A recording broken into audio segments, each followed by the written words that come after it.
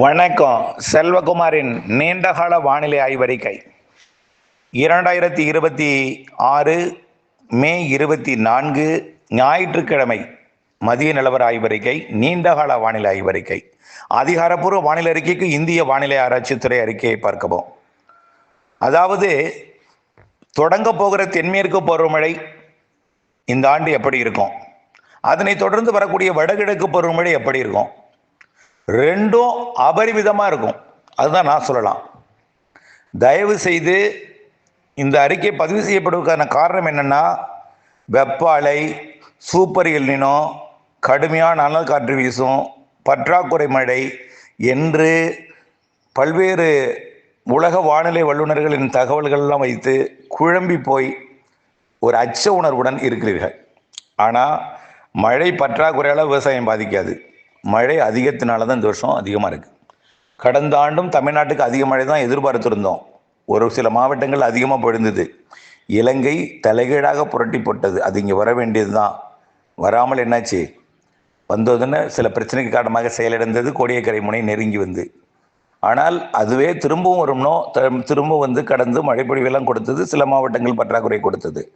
ஆனால் இந்த ஆண்டு அப்படி அல்ல. கடல் வெப்பம் மிக அதிகமாக இருக்குது. இதுவரை என்னுடைய வானிலை அனுபவத்தில் 32 டிகிரி வெப்பம் உயர்ந்ததே கிடையாது. 32 டிகிரின்னு ஒரு சில ஆண்டுகளுக்கு முன்பு ஒரு புள்ளியில், சில புள்ளிகளில் தான் இருந்துச்சு.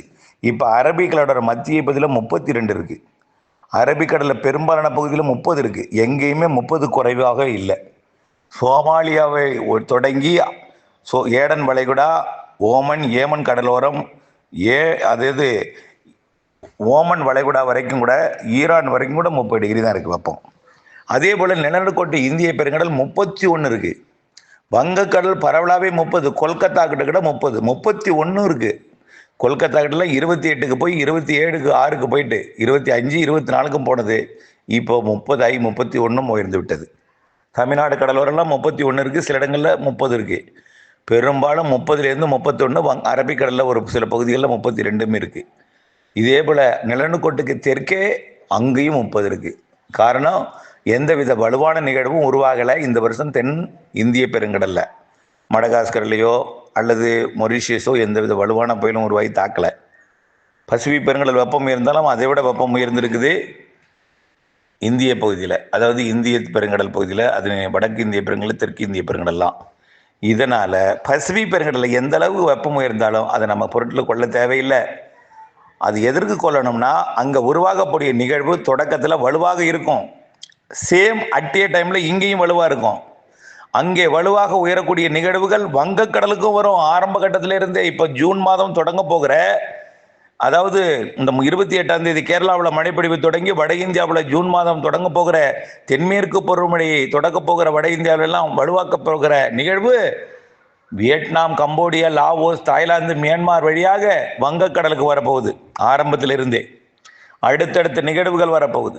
பல நிகழ்வுகள் பெரும் பெரும் புயல்களாக ஆசியாவை, அதாவது சீனாவையும், தைவானையும், ஹாங்காங்கையும், வியட்நாம், கம்போடியா போன்ற நாடுகளையும், பிலிப்பைன்ஸில் தாக்க போகுது.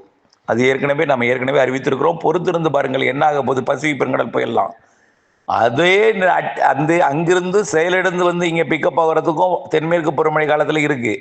தென்மேற்கு பருவமழை காலத்தில் எந்த நிகழ்வு வந்தாலும் வடக்கு வங்கக்கடலுக்கு வரும். ஆந்திர பிரதேசம், ஒடிசா, மேற்கு வங்கம், மியான்மர் கரையை ஒட்டி சிட்டகாங்கிலேருந்து மசூலிப்பட்டினம் வரைக்கும் ஆரம்ப கட்டத்தில் வரும். பிறகு செப்டம்பருக்கு பிறகு மசூலிப்பட்டினத்துக்கு தெற்கு ஆந்திர பிரதேசத்துக்கு வரும். வடகிழக்கு பருவமழை தொடங்கதும் தமிழ்நாட்டுக்கும் ஆந்திர பிரதேசத்துக்கும் வரும். இதெல்லாம் உங்களுக்கு தெரியும். தென்மேற்கு பருவமழை காலத்தில் அடுத்து ஒடிசாவிற்கும் மேற்கு வங்கத்துக்கும் புயல்கள் காத்திருக்கு. காற்றெடுத்து தாழ்மண்டலம், தாழ்வு பகுதிகள் காத்திருக்கு. கேரளாவிற்கும் நம்ம ஏற்கனவே இன்னைக்கு சொல்லலை, பொங்கல் அப்போ நம்ம வெளியிட்டு நீண்டகால ஆய்வறிக்கை கண்ணோட்டம் சொன்னோம். அரபிக்கடல் வெப்பம் கடுமையாக உயர்ந்துகிட்டு இருக்கு, இன்னும் உயரப்போகுது, வலுவாக இருக்குது நீரோட்டம் அப்படின்னு சொன்னோம். அதே போல் உயர்ந்து விட்டது. அதனால் அரபிக்கடலில் நிகழ்வு உருவாகும்னு சொன்னோம். வங்கக்கடல் அதே நேரத்தில் அரபிக்கடல் நிகழ்வு உருவாகி கேரளா, கர்நாடகா, மகாராஷ்டிராக்கெல்லாம் நிறைய மழைப்பொழிவை கொடுக்கும். ஏற்கனவே நம்ம சொன்னது தான். இப்போ 27, 28 தேதிகளில் தென்மேற்கு பருவமழை கேரளாவில் தொடங்கிடும். 29, 30, 31 வலுப்பெறும்.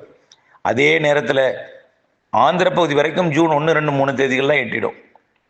ஜூன் 5, 6 ஒடிசாவே போயிடும். ஆகவே மிக வேகமாக தெலுங்கானாவெல்லாம் தாண்டி முன்னேற போகிறது தென்மேற்கு பருவமழை. அந்த நேரத்தில் ஒடிசா கடலோரத்தில் உருவாக போகிற காற்றழுத்த தாழ்மண்டலம் புயல் வந்து ஜூன் மாதம் முதல் வாரத்தில் வரும். அது கரை கடந்து செயலிழந்ததும் அடுத்ததாக ஒரு நிகழ்வு அரபிக்கடலில் உருவாகி வலுவான தென்மேற்கு பருவமழையை கேரளா கர்நாடகாவில் கொடுக்கும். நீங்கள் சந்தேக பார்வையுடன் பார்த்து கொண்டிருந்த தென்மேற்கு பருவமழை அப்பொழுது உங்களுக்கு நம்பிக்கை ஊட்டும். 3ஆம் தேதியிலிருந்து 15ஆம் தேதி வரைக்கும் ஒரு நிகழ்வு வலுவான மழைப்பொழிவை கொடுக்க போகுது. அடுத்தது 15ஆம் தேதியிலிருந்து அடுத்தடுத்த நிகழ்வு அரபிக்கடல்ல, வங்கக்கடல்ல இருந்து நிகழ்வு அரபிக்கடல் கட்டுப்பாட்டு அமைப்பாக ஒரு செயல்பாடுகள் நிகழ்வுகள் இருந்து கேரளா கர்நாடகாவிற்கு வலுவான மழைப்பொழிவையும் வட இந்தியாவிற்கு வலுவான மழைப்பொழிவையும் கொடுக்கும். ஆகவே ஜூன் 2வது வாரத்திலிருந்து ஜூலை இறுதி வாரம் வரைக்கும் வலுவாக இருக்கும். அதாவது இடையில ஒரு கேப் இருந்தாலும் கேப் இருக்கிற நாளை விட மழைப்பொழிவு நாட்கள் தான் அதிகமாக இருக்கும். பொறுத்திருந்து பாருங்க. அணைகள் ஜூலை இறுதிக்குள் நிரம்பும். மேட்டூர் உட்பட ஜூலை இறுதிக்குள் நிரம்பும். நான் சொல்றது அதிகபட்ச தாமதத்தை நான் சொல்றேன். சில அணைகள்லாம் ஜூன் இறுதியிலே நிரம்பலாம். ஜூலை இறுதிக்குள் மேட்டூர் விட்டு நிரம்பும். ஆகஸ்ட் எல்லாம் உபரி நீர் கடலுக்கு போற அளவுக்கு மழை இருக்கும். ஆகவே நீங்கள் தயவு செய்து குழப்பிக்கொள்ள வேண்டாம். அங்கே தென்மேற்கு பருவமழை பெய்யும் பொழுது தமிழ்நாட்டின் பெரும்பாலான மாவட்டங்களில் வெப்பச்சலனத்துடன் காற்று சுழற்சியுடன் இணைந்த மழை இருக்கும். பாலக்காட்டு கணவாயில் சாரல் இருக்கும், உங்களுக்கு எல்லாம் தெரியும். ஆகவே இப்படிப்பட்ட மழைப்பொழிவுகள் இருக்கு கண்டிப்பாக. அதே போல தென்மேற்கு பருவமழை எப்பொழுதுமே ஜூன் ஜூலை ஆகஸ்டில் வலுத்திருக்கும். செப்டம்பர்ல ஆந்திர பிரதேசத்துக்கு ஒரு நிகழ்வு. அப்போ ஆந்திர பிரதேசம் தெலுங்கானாவெல்லாம் வெள்ளப்பெருக்கு ஏற்படுத்த போது இந்த வருஷம். அதே போல் மகாராஷ்டிரா கர்நாடகாவில் அதே போல தான் இருக்கும் இந்த வருஷம் நிறையா. அதற்கு பிறகு கேரளாவில் தொடர்ந்து கொண்டே இருக்கும் மழை. தென்மேற்கு பருவமழை செப்டம்பர் மாதத்தில் வலுவான ஒரு நிகழ்வு தெற்காந்திர பிரதேசத்துக்கே வர வாய்ப்பு இருக்கு. இதனால செப்டம்பர் மாதத்திலிருந்தே தென்மேற்கு பருவமழை பெய்து கொண்டிருக்கிற பொழுதே தமிழ்நாட்டிற்கு வலுவான மழைப்பொழிவு தெரியுதுங்க. வடகடலோரத்திற்கு நிகழ்வு வந்து நெருங்கி வந்து கர்நாடகா மன்னிக்கவும் ஆந்திர பிரதேசம் மற்றும் தெலுங்கானா வழியாக பயணிக்க வாய்ப்பு இருக்கு. இதனால செப்டம்பர்லேயே வலுவான மழை இருக்கு. தென்மேற்கு பருவமழை இறுதி கட்டத்தில் மிக உச்சமா இருக்கும். அக்டோபர் மாதம் முதல் வாரம்லாம் மிக உச்சமா இருக்கும். அது தொடர்ந்து உச்சத்தில் மழை பெய்து கொண்டே இருக்கும். அப்படியே வடகிழக்கு பருவமழையும் தொடங்கிடும். ஆக வடகிழக்கு பருவமழை அப்படியே தலைகீழாக மாறும் அப்படின்னு போன வருஷமே சொன்னோம். தென்மேற்கு பருவமழை பெய்துட்டே இருக்கும், வடகிழக்கு பருவமழை அப்படியே தொடர்ந்து பெய்ய ஆரம்பிச்சிடும். ஆக எப்போ தென்மேற்கு பருவமழை விலகியது, எப்போ வடகிழக்கு பருவமழை தொடங்கியது என்று தெரியாமல் அளவிற்கு தொடர்ந்து மழை இருந்துகிட்டே இருக்கும். வடகிழக்கு பருவமழை பார்த்தீங்கன்னா சிறு நிகழ்வும் அதிக மழை தரும் இந்த வருஷம். பொறுத்திருந்து பாருங்கள். கடந்த ஆண்டு இலங்கையை புரட்டி போட்டது போல தமிழ்நாட்டுக்கும் நிகழ்வு இருக்கு தெரிகிறது. இலங்கைக்கும் நிறைய மழை நிகழ்வு இருக்கிறது என்பதை தான் உறுதிபட தெரிவிக்கிறேன். ஆக தென்மேற்கு வடகிழக்கு பருவமழை, தென்மேற்கு பருவமழை ஆரம்பத்தில் உங்களுக்கு சந்தேக பார்வையிலும் 3ஆம் தேதிக்கு மேலே 4ஆம் தேதிக்கு மேலே பிக்கப் ஆகும். 15லேருந்து இன்னும் பிக்கப், ஜூலை முதல் வாரத்திலிருந்து இன்னும் பிக்கப், ஆகஸ்ட்ல மிக சிறப்பான மழை, செப்டம்பர் அக்டோபர் அதிகமான மழை, நவம்பர் டிசம்பர் இன்னும் அதிகம் வடகிழக்கு பருவமழை என்பதை தெரியப்படுத்த விரும்புகிறேன். ஆக மழைப்பொழிவிற்கு மழைநீரை சேகரிக்கிற அமைப்பு தான் நீங்கள் ஏற்படுத்தணும். மழை பற்றாக்குறையால் விவசாயத்துக்கு பிரச்சனை வராது, மழை அதிகமாக தான் பிரச்சனை இருக்கும் என்பதையும் ஏற்கனவே சொல்லியிருக்கிறோம். ஆகவே தயவுசெய்து புரிந்து கொள்ளுங்கள். வானிலை அப்டேட்ஸோட இணைந்திருங்கள். இந்த 2026 இந்த தென்மேற்கு பருவமழை வடகிழக்கு பருவமழை அதிகமாக இருக்குன்னு சொல்லியிருக்கோம். தென்மேற்கை விட வடகிழக்கு ரொம்ப அதிகமாக இருக்கு.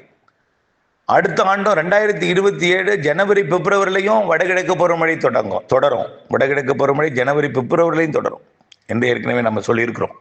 ஏற்கனவே சொன்னது தான் மீண்டும் உங்களுக்கு அச்சப்பட்டு கொண்டிருப்பவர்கள் எங்களை அறிவித்து கொண்டிருக்கேன். ஜனவரி மாதம் என்ன கண்ணோட்டமோ அதுதான் இன்னைக்கு வரைக்கும் சொல்லியிருக்கோம். எந்த மாற்றமும் இல்லை. முன்கூட்டியே தொடங்கும் தென்மேற்கு பருவமழை சொன்னோம். கோடையில் இப்போ சென்னைக்கிட்ட ஒரு 2-3 நாளைக்கு தான் வெப்பம் இருக்கும், பயப்படாதீங்கன்னு சொன்னோம். அந்த வெப்பம் தான் இப்போ நிலவிட்டு இருக்கு. 2 நாள் அவ்வளோதான். ஆகவே அடுத்து மழை வரப்போகுது. இன்னைக்கு பெரும்பாலான மாவட்டங்களில் இன்றைக்கு மாலை இரவு இடிமழை வரப்போகிறது. இவையெல்லாம் நாம் ஏற்கனவே சொன்னது தான். ஆகவே அச்சப்பட வேண்டாம். இணைந்தே எங்கள் அப்டேட்ஸோட நன்றி.